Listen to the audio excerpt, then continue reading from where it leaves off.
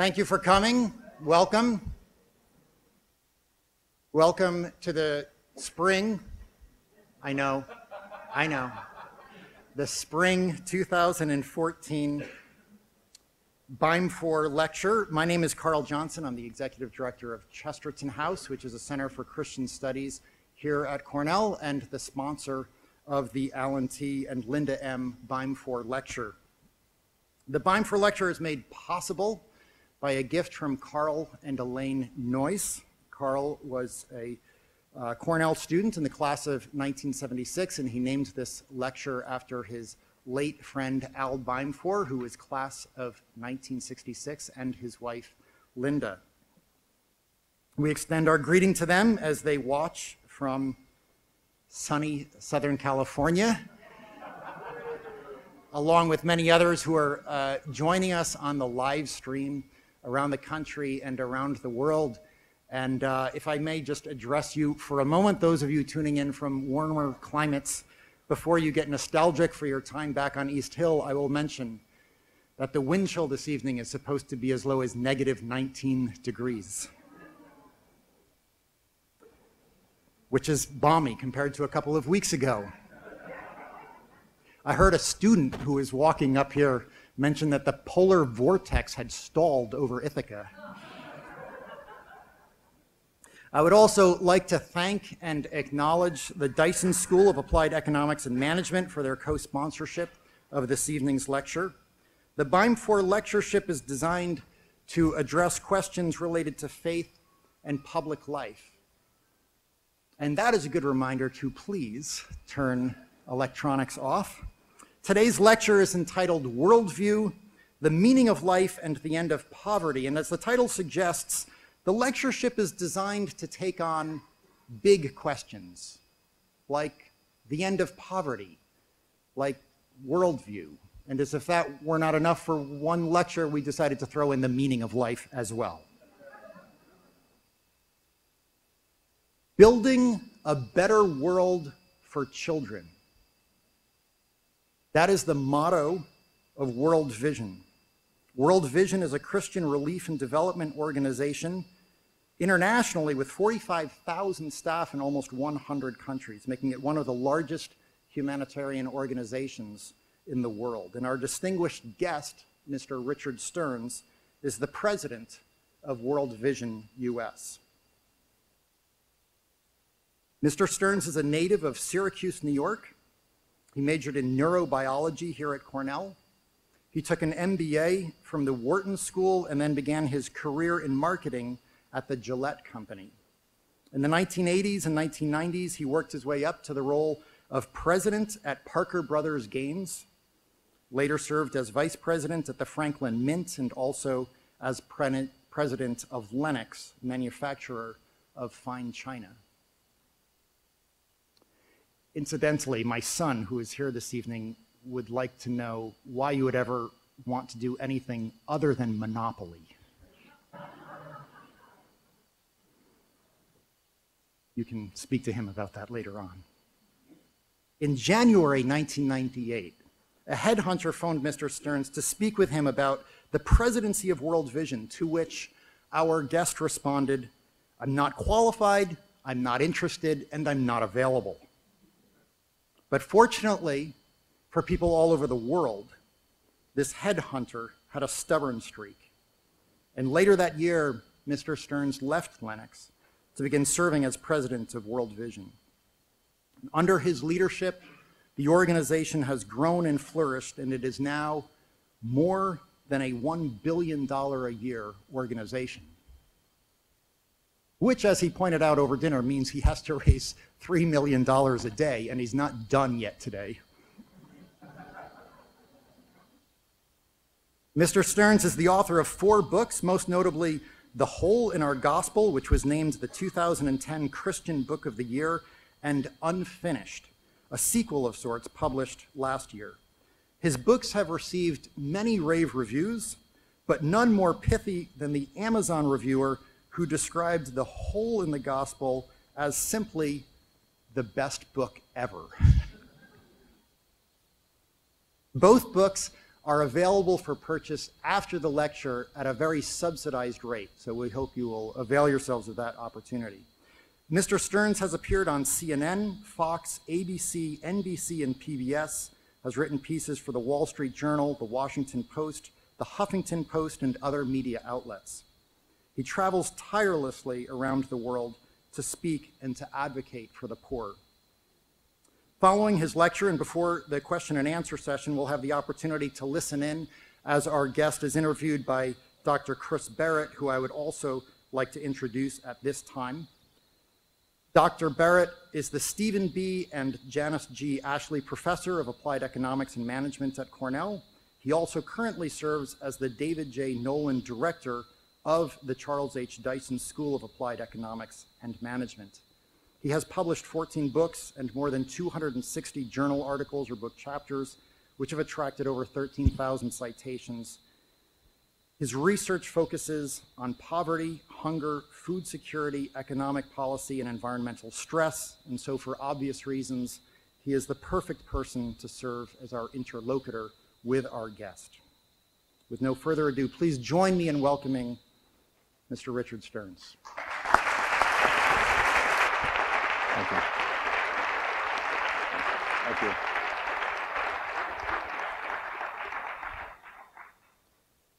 Well, good evening, and thank you, Carl, for that introduction. It's always disappointing with an introduction like that. The speaker is always bound to be disappointing after that build-up. So about half of what he said is true, but I am really delighted to be back here. It's been a long time since I trudged up Live Slope and went to school at Cornell. I trudged up this morning at 7:15, and I about died by the time I got to the straight. And I was so much younger then. But I love coming back to Cornell, even though I don't get back here very often. I live in Seattle, Washington now, and Ithaca is simply not on the way to anywhere. And it's very remote, and it's difficult to get to. But, you know, it's kind of a magical place for me, and if you're an undergraduate here, you really want to enjoy your time here because you'll look back fondly and realize there's very few times in your life that were so magical and special as being in this community of scholars and, you know, incredibly interesting people. And you'll take these memories with you the rest of your life. I'm especially nostalgic here because I feel like I came of age here, that Cornell University opened up the world to me. I'll talk a little bit about my background, but I did not come from a background that would have predicted me to go to Cornell. And it's also where I met the love of my life, my wife of now almost 39 years. We were married in Ithaca, and we had our reception at the Andrew Dickson White House. We had our first date here. It was a blind date. I'll tell you a little bit about that later. And so I love to come back, especially because of the weather. I mean, and I really wanted to come in February so that the nostalgia would be even deeper, you know, than it has been. You know, before I begin tonight, I just want to recognize a couple of people. My sister Karen is here, and I get a little emotional. Give me a minute. My sister and I grew up in kind of a difficult home, and probably without her, I would not have made it to Cornell. She was my older sister. I know you wouldn't know it to look at her. But she just kept emphasizing that education, education, education. You can be somebody. You don't have to be like your mother and father. And my sister was a little slow getting her PhD. I think she was 61 when she got her PhD, so the longest student maybe record in history. But she's now a professor at SUNY Cortland and teaches young teachers who are looking to teach at the high school or elementary level or some in the college level. So I wanted to just recognize her as kind of my first teacher. There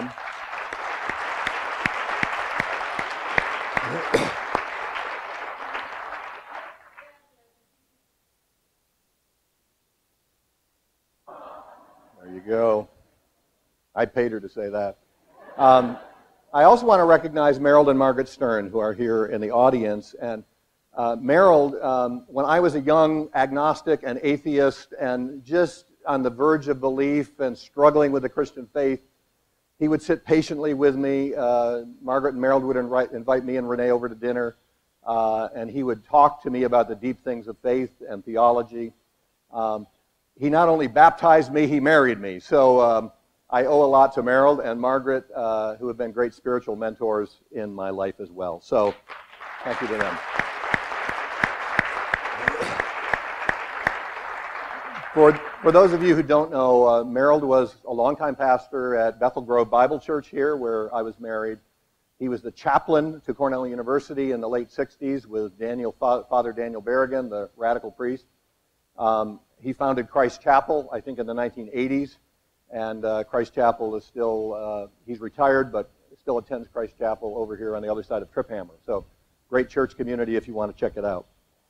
Well, I'm not sure why you came tonight. I'm not sure I would have come to listen to me many years ago when I was a student at Cornell. Maybe it was the title of the lecture that attracted you, Worldview, the Meaning of Life, and the End of Poverty. And discovering the meaning of life in a 40-minute lecture sounds like a pretty good deal. If you haven't figured it out yet, I'm going to give you the answer tonight. Maybe some of you came because you're interested in global poverty and justice issues and their solutions. But either way, thank you for coming tonight. My hope is that some of the ideas I present will provoke and motivate some of you, especially you younger folks, to invest your lives in one of the great endeavors of our time, ending extreme poverty in our world, which I believe is possible in our lifetime. My thesis tonight is that the kind of world we live in is shaped by people. Obviously, it seems obvious, but the world we live in is shaped by people, and people are shaped by value systems. The value systems kind of become like our operating system, and they inform all of the decisions that we make. And values shape worldview and the way we look at the world, and often how we behave in the world. And of course, all of these things are based on the foundation of what is truth, and what is true and good, and what is right and what is wrong in our world. So the lecture tonight is going to be a little less about global poverty and all of the academic ideas and solutions about it, although in the Q&A I think we'll get into some of that. It's going to be a little bit more philosophical. So who better to start with, if you're talking philosophy, than Stephen Colbert from his late-night political satire show. But in 2006, Colbert coined a brand new word on his show, and the word was truthiness. And he invented this word in order to describe how politicians could bend the truth to support their actions. And the word caught on. It's kind of a viral thing. And that year, Merriam-Webster actually named it the word of the year for 2006. And here is the Webster definition of truthiness. Truthiness, noun, the quality of preferring concepts or facts one wishes to be true, rather than concepts or facts known to be true. So you can see where politicians would come in. They kind of make up their own truth. And when announcing that truthiness had been selected as its word of the year, by the way, it beat out Google and terrorism as the word of the year in 2006, Merriam-Webster President John Morse said this. He said, "We're at a point where what constitutes truth is a question on a lot of people's minds. And truth has become up for grabs." And then he said, "Truthiness is a playful way for us to think about a very important issue, the issue of truth." So the idea of truthiness is quite attractive because it lets each one of us choose what we prefer to be true, rather than have to accommodate our behavior to what is actually true. But of course, all of this begs the question, just what is truth? Which is the question that Pontius Pilate asked Jesus as he came before him for trial. So this is a pretty foundational question, what is truth? And it's worth the price of the lecture tonight. So this question of what is truth, there's even a question that precedes that I think is asked a lot today, and especially on university campuses. Is there any such thing as truth?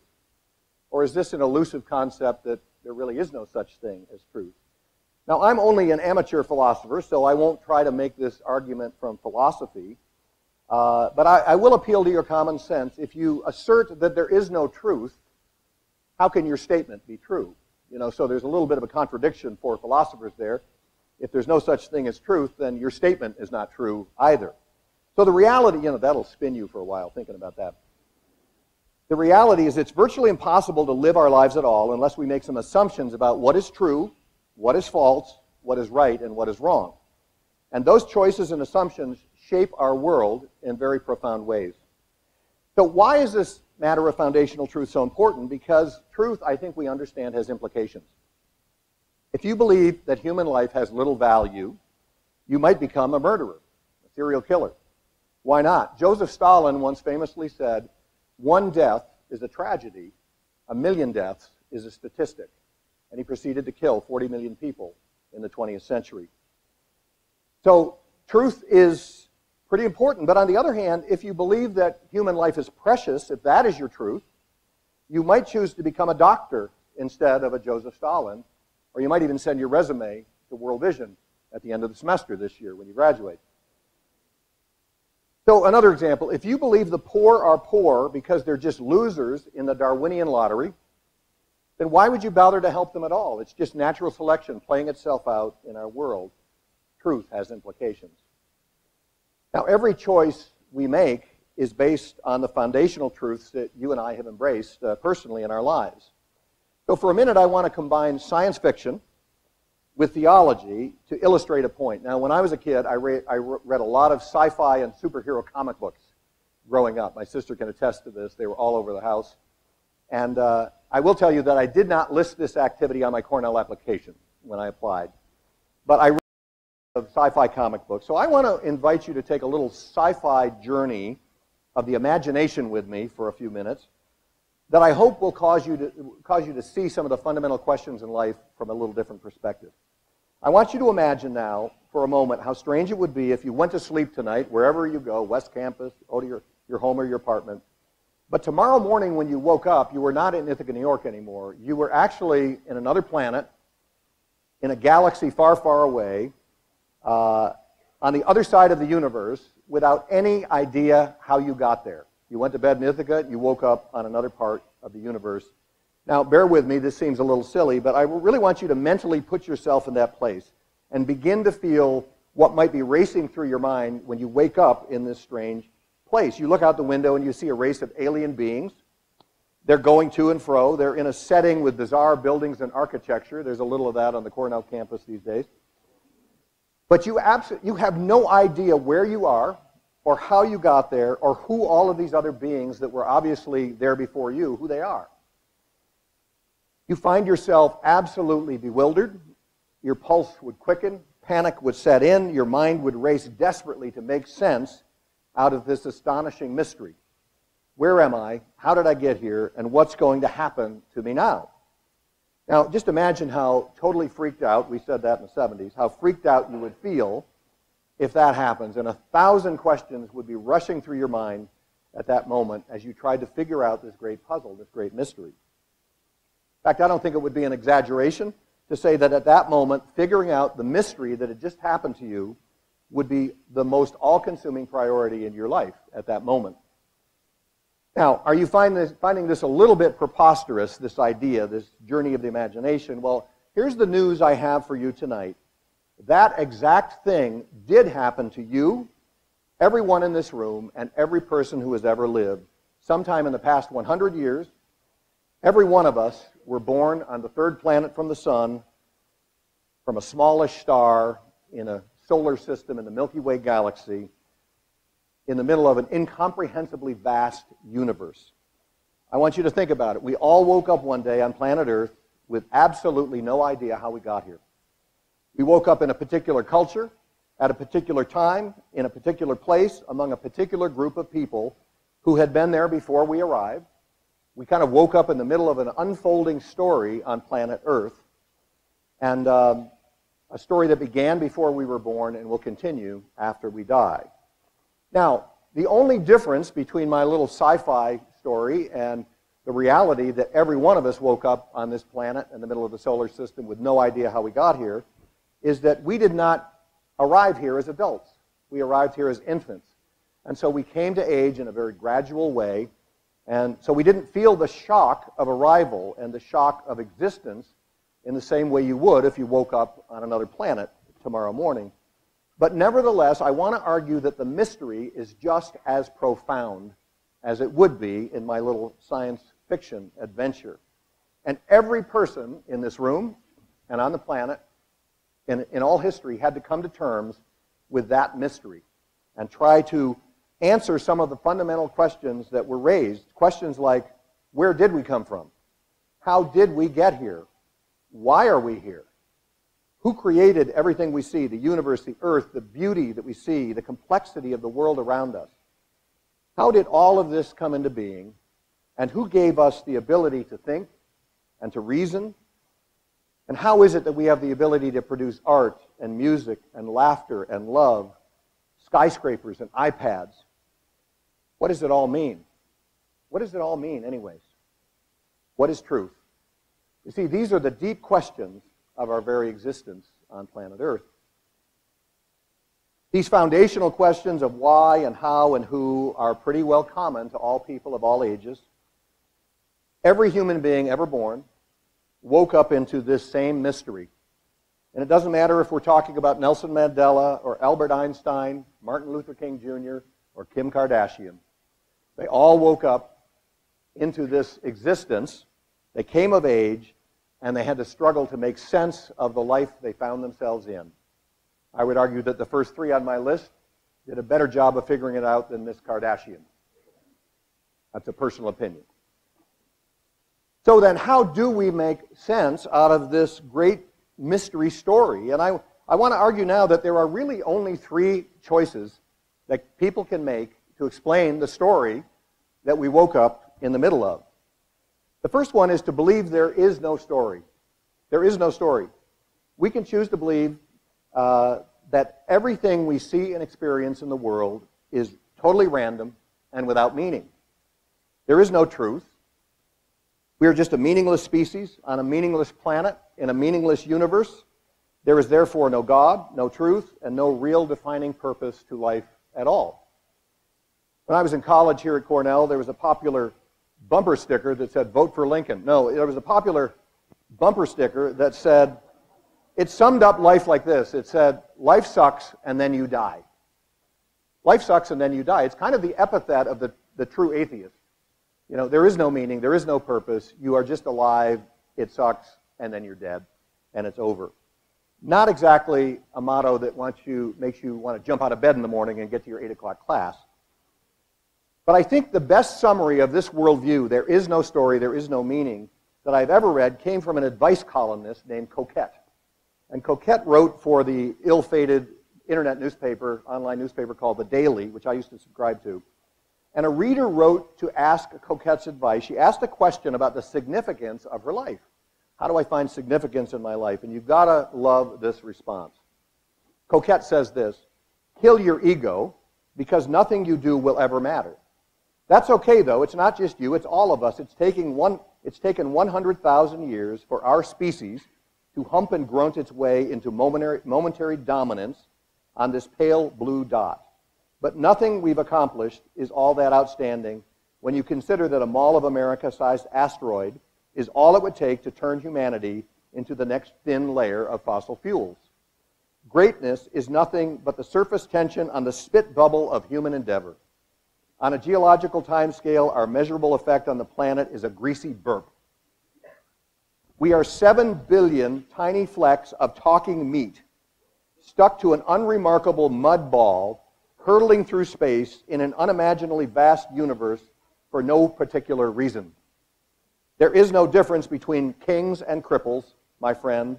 We're all the same hodgepodge of primordial goo, and the pursuit of greatness is a fool's errand.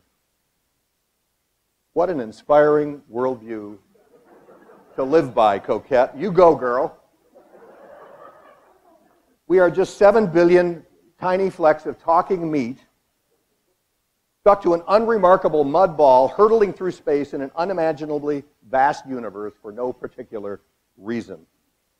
Well, people who believe choice number one, there is no story, Coquette is my primary example, often just rumble through life, doing whatever feels good until the clock runs out. They have the mentality of eat, drink, and be merry, for tomorrow we die.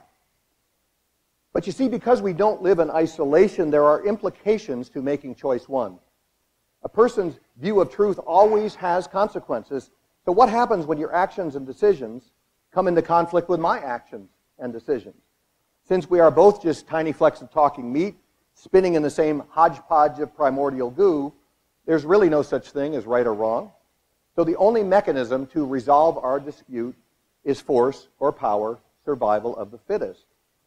And if you really believe that human beings are no more than flecks of meat, then taking a human life really has no more significance than squashing an ant or plucking a mushroom.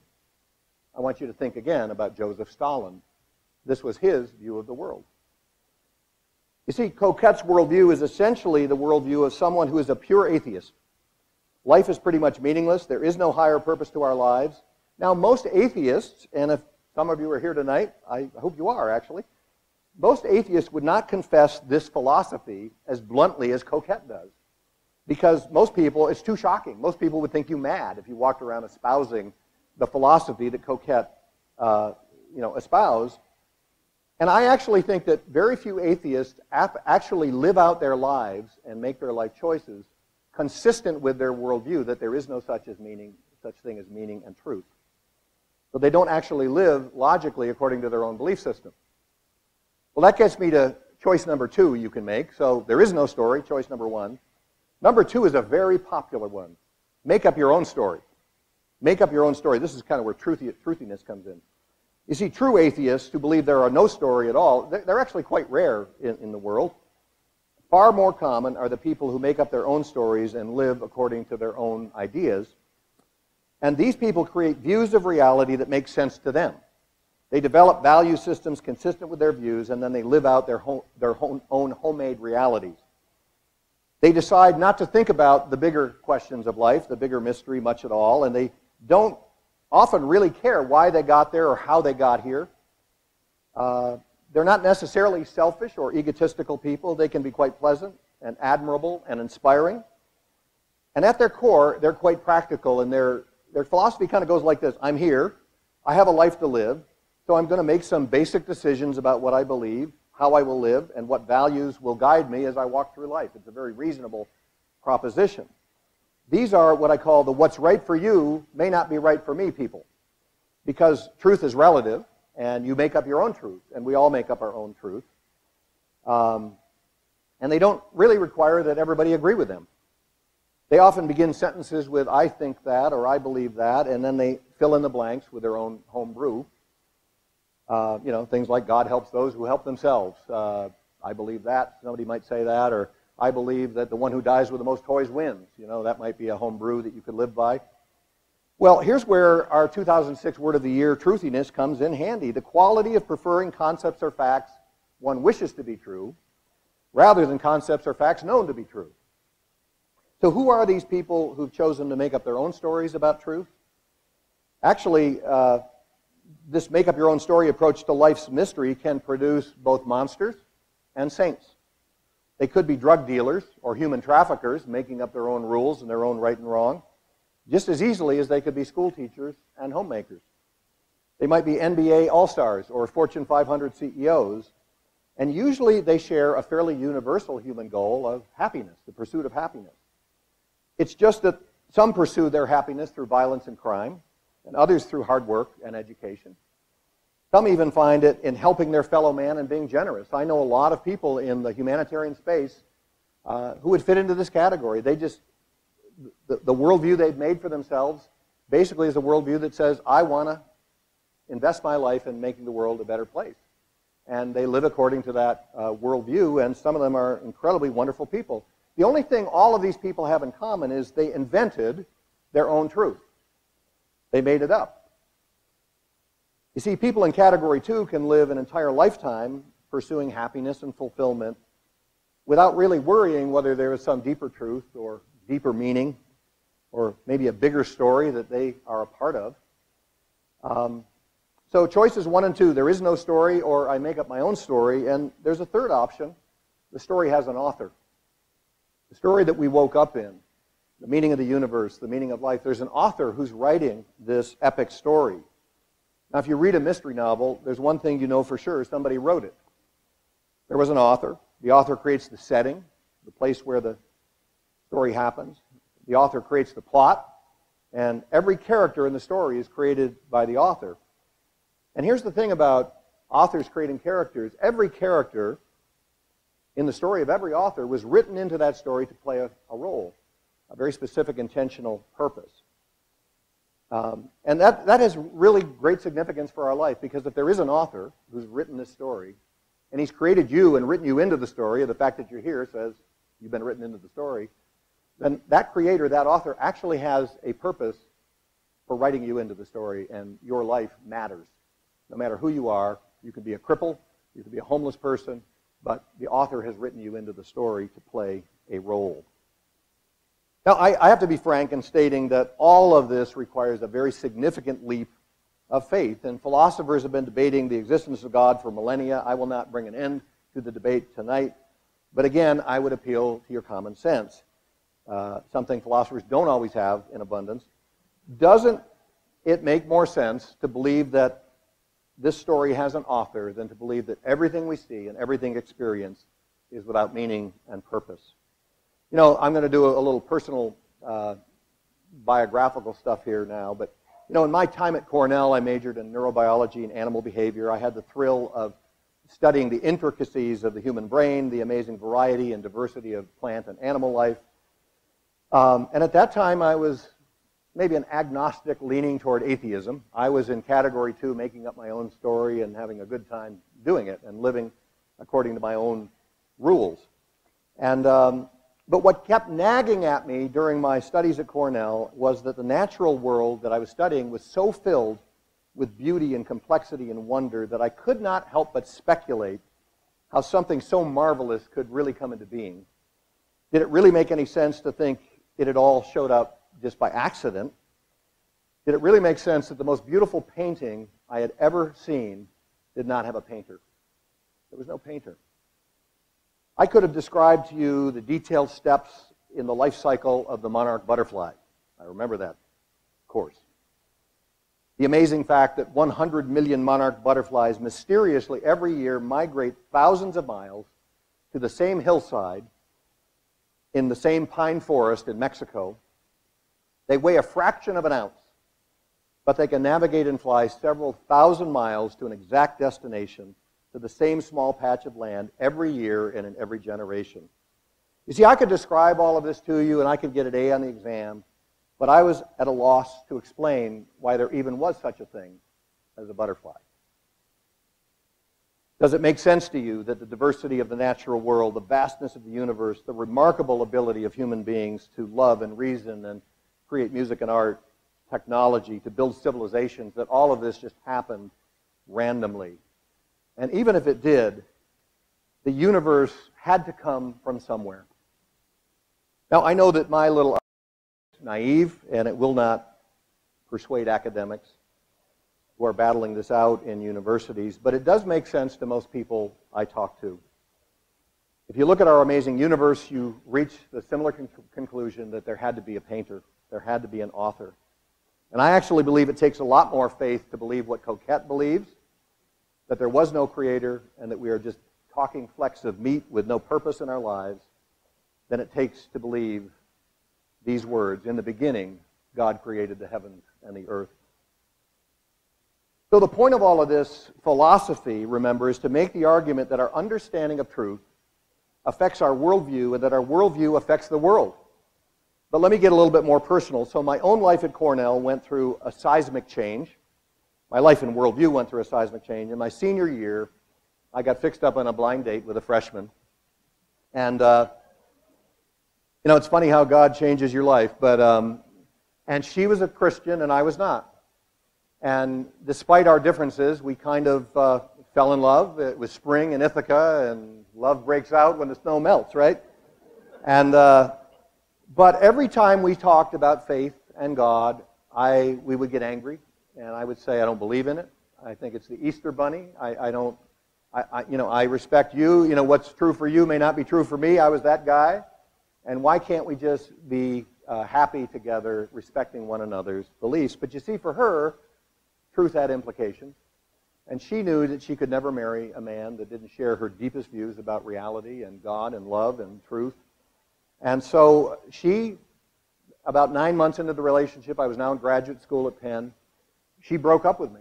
And because I issued her an ultimatum, I said, I will never become a Christian.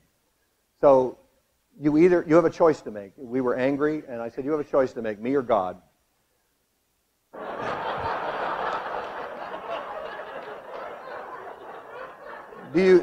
Number one, do you detect the arrogance in that statement? And number two, do you see any wisdom in that statement when you're giving an ultimatum to the woman you love? And of course, she made the right choice, right? She chose God, and so she broke up with me, and it was actually quite devastating because we really did love one another. And it was terrible for both of us because it was just a terrible moment. And I slunk away and went back to my studies and just had a heavy heart for weeks. And then I said, I've got to find out more about this Jesus that caused me to lose the woman I love. Why? Who is this Jesus? He must be a stud. And so I started to read. And I read, and I read, and I read, and I read books on comparative religion. I read books on archaeology and biblical documents. Are they reliable? I read books on science and scripture. I read C.S. Lewis. I read John Stott. I read comparative religion and philosophy, just about everything I could get my hands on, all the while I'm trying to get my graduate degree at Wharton. So I would read till like 2 in the morning, finish my studies at 11 and read till 2. And over that period, I read 50 or 60 books. Some of them were brilliant, and some of them were awkward, and some of them were poorly written. But at the end of that time, I closed a book. I think it was C.S. Lewis' Miracles, which for me was a very profound book. And I asked myself a question: if I had to bet my life on whether Jesus was who he said he was, what would I bet? Because he said he was the Son of God, who had come to reconcile the human race back to God through his death on the cross. And I said, if he is the person he said he was, do I believe that? Would I be willing to bet my life on it? And I realized at that moment that we all bet our lives on something. And I had been betting my lives on my own homebrew of philosophy and truth as I wanted to know it. And I'd bet my life on that. And Jesus was saying, bet your life on me, and I'll never let you down. And so in that moment, I realized that I had crossed over from unbelief into belief. And I kind of fell to my knees in my dormitory at the Wharton School of Business. I don't think anybody has ever become a Christian in that place. They worship another god there called Mammon. And some of you are going there probably in a year or two. But and I just mumbled an awkward prayer. I said, God of the universe, I don't know what I'm doing. I don't know how to do it, but I know I want to live my life for you. And I don't even know what that means, God, so help me. In Jesus' name, amen. Or I might have said in the name of the Father, the Son, and the Holy Spirit, amen, because I'd been kind of a nominal Catholic growing up. And well, I felt no lightning bolt at that moment. I didn't see, birds didn't start to sing in my dorm. And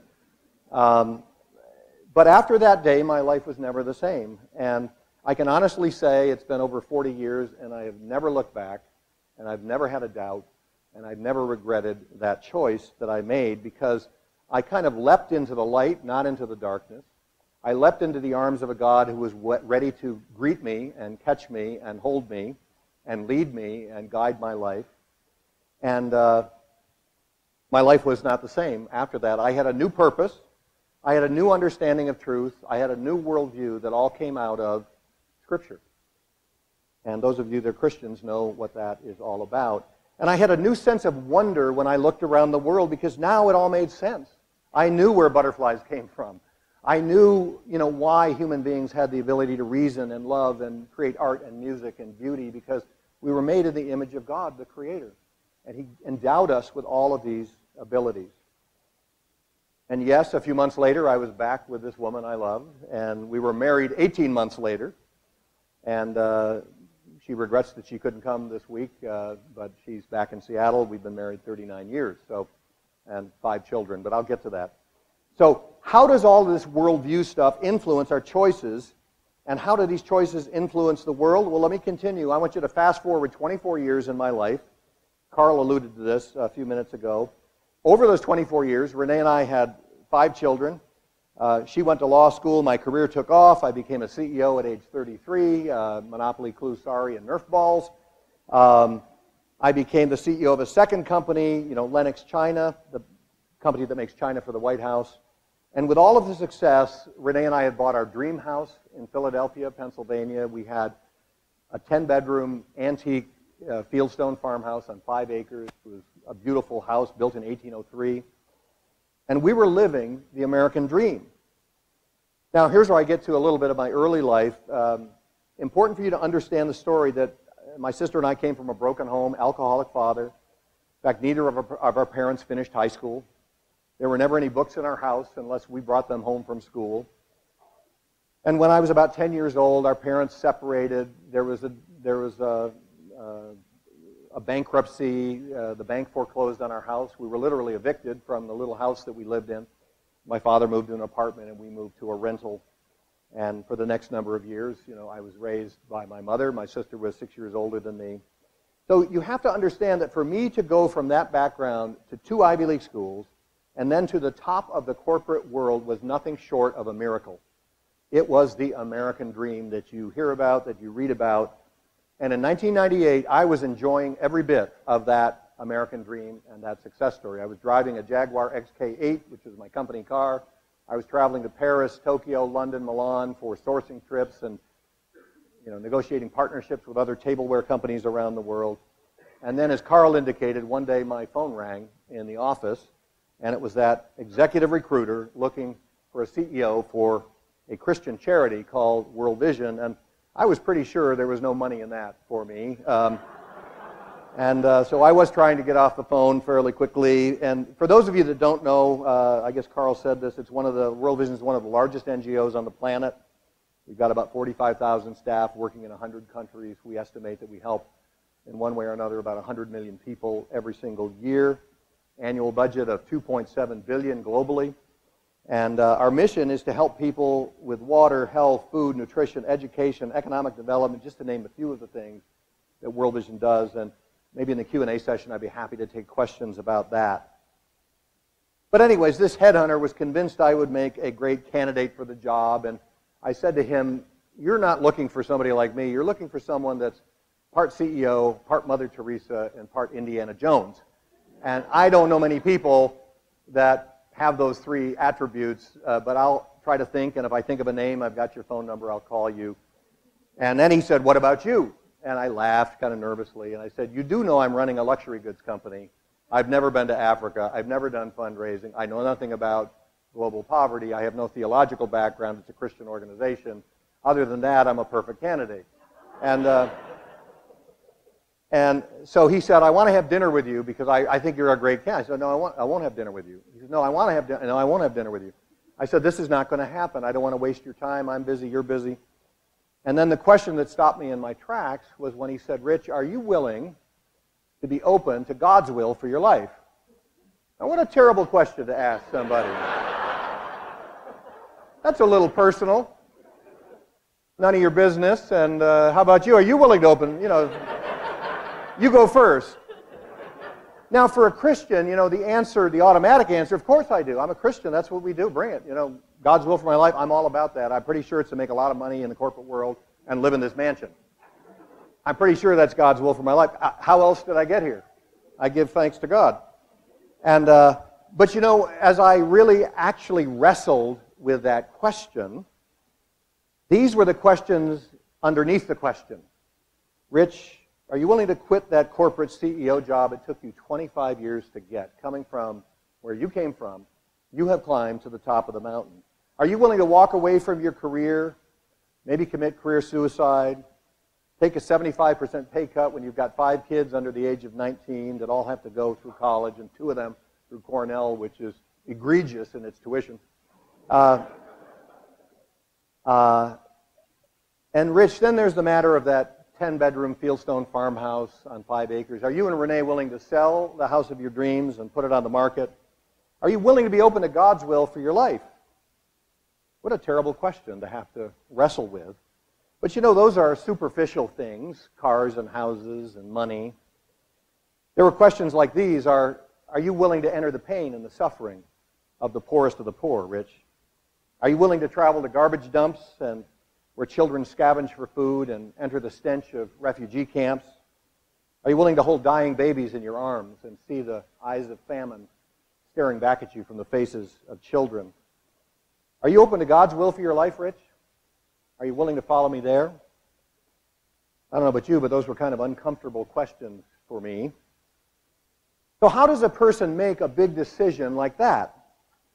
You see, it gets back to the foundational issues. What is true? What is right? Who is God? What is His character? You see, if life is about the pursuit of personal happiness, one simply chooses the thing that will make them happy.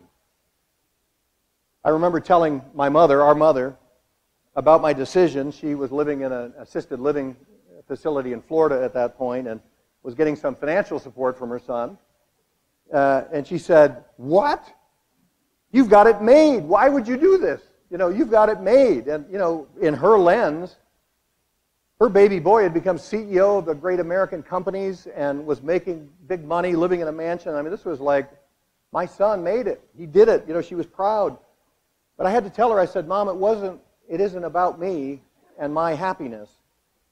See, it's about truth. It's about my relationship with God, who cares deeply about the poor.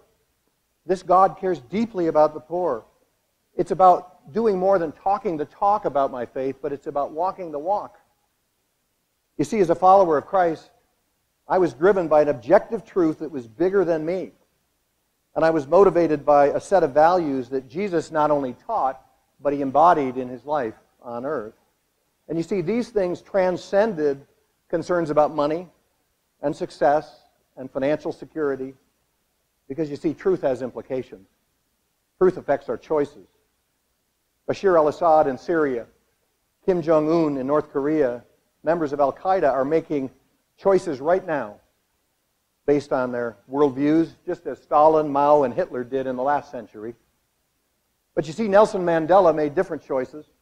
So did Martin Luther King, Mother Teresa, and Aung San Suu Kyi in Burma. You see, in the kind of world we live in is the sum total of all of these choices that people make. So we go right back to the issue we began with. What is truth? What is right? What is wrong? What is unjust? You know, Jesus was once asked by an expert in the law, "What is the greatest commandment of all?" And He answered with this famous verse. Jesus said, "Love the Lord your God with all your heart, with all your soul, and with all your mind." He said, "This is the first and the greatest commandment. And the second is like it. Love your neighbor as yourself." He then proceeded to tell them the story of the Good Samaritan, which we know so well might be the greatest moral teaching in all of history. And if you unpack that short parable, there's a profound conclusion for Christians in the 21st century. And you remember the story, Jesus tells a man was on the Jericho road, and he fell into the hands of robbers who beat and robbed him and left him for dead, bleeding and hurting on the side of the road. And along come three different characters. First, a priest, good Jew, you know, a priest from the priesthood of Aaron. But he passes by the man, looks at him and passes by. Then a Levite comes, another holy man from the Jewish religion. He sees the man at the side of the road and passes by. And the third man who comes is a Samaritan. And a Samaritan was kind of a half-breed theologically. They had split off from Judaism a few centuries before. They were actually despised by the Jews. They were hated, despised individuals considered outside of the kingdom of God and cursed. So this cursed person is the one that stops. He binds up the wounds of the man. He treats the wounds with oil. He puts the man on his donkey. He takes the man to an inn down the road a few miles. He leaves money for the proprietor of the inn and says, "Please take care of the man and nurse him back to health. And if you need more money, I'll return to check on him and I'll pay whatever it takes." Jesus then asks the expert in the law who asked the question, "Who is my neighbor?" And the man said, "The one who showed mercy on him is the best neighbor." The man could not even say the word Samaritan. He couldn't say the Samaritan was the good neighbor. He said the man who had mercy. And Jesus concludes with these, "Go and do likewise. Be like the good Samaritan. Be a neighbor to the person that you encounter in need." Now, if you want to understand the moral dynamic of what was happening there, there were three conditions that made these religious leaders culpable and guilty of passing by. They were aware of the man's suffering. They saw him right there. So they couldn't say they didn't know. They had access to the man. He was right there. All they had to do was cross the road, help the man, bring him assistance. And they had the ability to do something. They had the ability to do something. Awareness, access, and ability. So the profound question this raises in the 21st century, we are certainly aware of the poverty and injustice in our world. We're aware that 2 billion people live on less than $2 a day. We're aware that 18,000 children under the age of 5 die every single day of preventable causes. We're aware of human trafficking. We're aware that 750 million people in the world don't have clean water. We are aware. We see it on the news. We read it on the internet. We have ready access to these people by air travel and by proxy through NGOs and nonprofit organizations. And we have the ability to make a difference that is unprecedented in the history of the human race with our advances in technology and economics and medicine and health and vaccinations. We know how to work in poor communities to make a difference. So what's the conclusion? Like the priest and the Levite, we have the same responsibility to help the 18,000 children that will die today of preventable causes. They are all our neighbors. We have 7 billion neighbors. Love your neighbor as yourself. But you see, whether we respond depends on the worldview and the values that we've embraced. And our worldview and our values shape what we believe and shape what we do. Truth matters.